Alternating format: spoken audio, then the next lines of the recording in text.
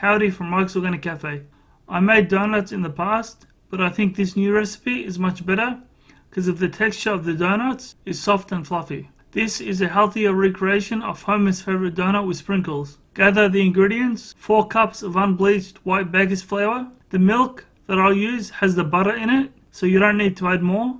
The supermarket extract the butter from the milk, so they sell 2 items separately, but you can find full fat unhomogenized milk at the organic shop. 1/3 cup nutritional yeast. The dough may not rise as conventional yeast does, but that's what the baking powder is for. Plus, who cares, because it's healthier. 1/4 cup of brown erythritol sugar substitute. 1 teaspoon baking powder, aluminium free. 1 teaspoon sea salt, and 2 eggs, room temperature. And coconut oil for frying the donuts. Step 1. Add all the dry ingredients to the food processor and have the dough hook ready. Blend for a bit to combine the dry ingredients evenly. Step 2. Heat the milk to warm it, not boil it. Then come back, add the milk and eggs. Let it work. It shouldn't take more than 2 to 3 minutes. See, this milk I buy has the butter chunks in it. That's the healthy one. The supermarket is just sugar water with who knows what else. It gives the illusion you're drinking milk. But anyway, the choice is yours. You can add butter if you have shit milk. Step 3. When it's combined, the dough should be sticky to the touch, but a bit strong. If it's too loose, add more flour. If it's too strong, add more milk, and so on until you get the right consistency. Then grab a bowl, lather it in olive oil, then place the dough, turning it over once, then place a tea towel over it to see if it rises. Or try a piece of cling wrap to block the oxygen.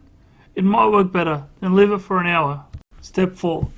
My dough didn't rise. I think the cling wrap would have helped, or I should have used proper conventional yeast. You can find it in the organic shop, but it doesn't matter. The taste will tell all.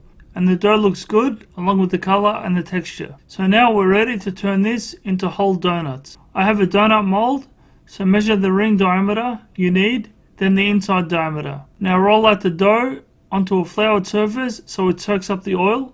You want about 1 inch thickness. When you're happy with the thickness, grab the large ring cutter, first cutting out the outer donut, then a small one to do the center hole. Here are my 6 donuts. Now cover with cling wrap and a tea towel, and let's see if they get a bit bigger in 30 minutes. Step 5. Time to check, and no, not really, but it's fine. They're still a good size. Step 6. Time to fry them. You don't need much coconut oil. I just used a wok with 1 jar of oil. When they change color, flip them to the other side. I had trouble with the temperature setting, but you should really heat the coconut oil, then fry the donuts each side for about a minute or until they turn a darker color. Flip them, do the other side, then place on a drying rack with paper towels on the bottom tray to catch any excess coconut oil. Step 7. They turned out pretty good and the coconut oil made them inflate. I chose the best ones to put icing on, so grab your dough mixer with the whisk attachment.